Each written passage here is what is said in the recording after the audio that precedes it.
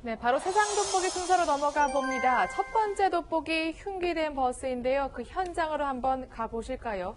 지난 4일 오후 7시 15분쯤 경기 평택 한 교차로인데요.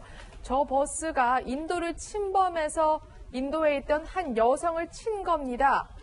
이 여성은 곧바로 병원으로 이송됐지만 숨지고 말았는데요. 변호사님, 그런데 사람이 사망했는데 숨졌는데 해당 운전기사 형사 입건조차 안 됐다면서요. 형사 입건이 되려면 이 사람이 일부러 사고를 냈던가 어떤 실수가 있어야 되거든요. 근데 이 운전기사 같은 경우에는 갑자기 피를 토한 뒤 의식을 잃었다 그래요.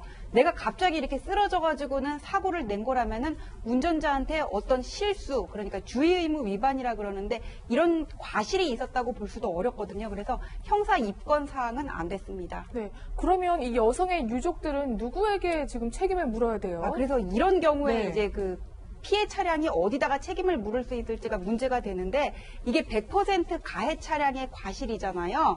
그럼 이런 경우에는 이 운전기사가 그 가해 차량의 보험사 있죠. 네. 거기다가 그 입건이 되고 안 되는 거하고는 변론으로 그 보험사에다가 책임을 물을 수가 있습니다. 네.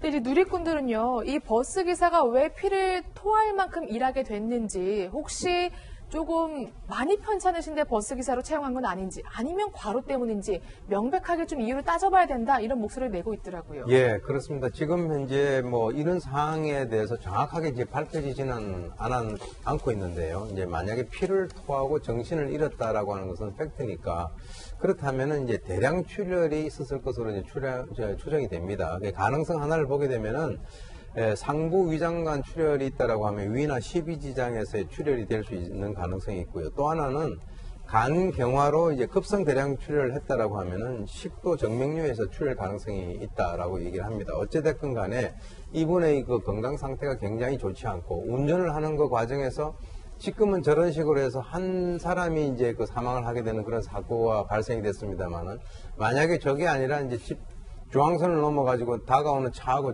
바로 정면 충돌을 했다든가 이렇게 되면은 한 명이 아니라 정말 여러 명이 다칠 수 있는 그런 상황이었는데, 왜 저분에 대한 어떤 건강 그 상태라든가 이런 것들이 사전에 확인이 되지 않았는가라고 하는 그런 측면에서는 상당히 그 위험하고요.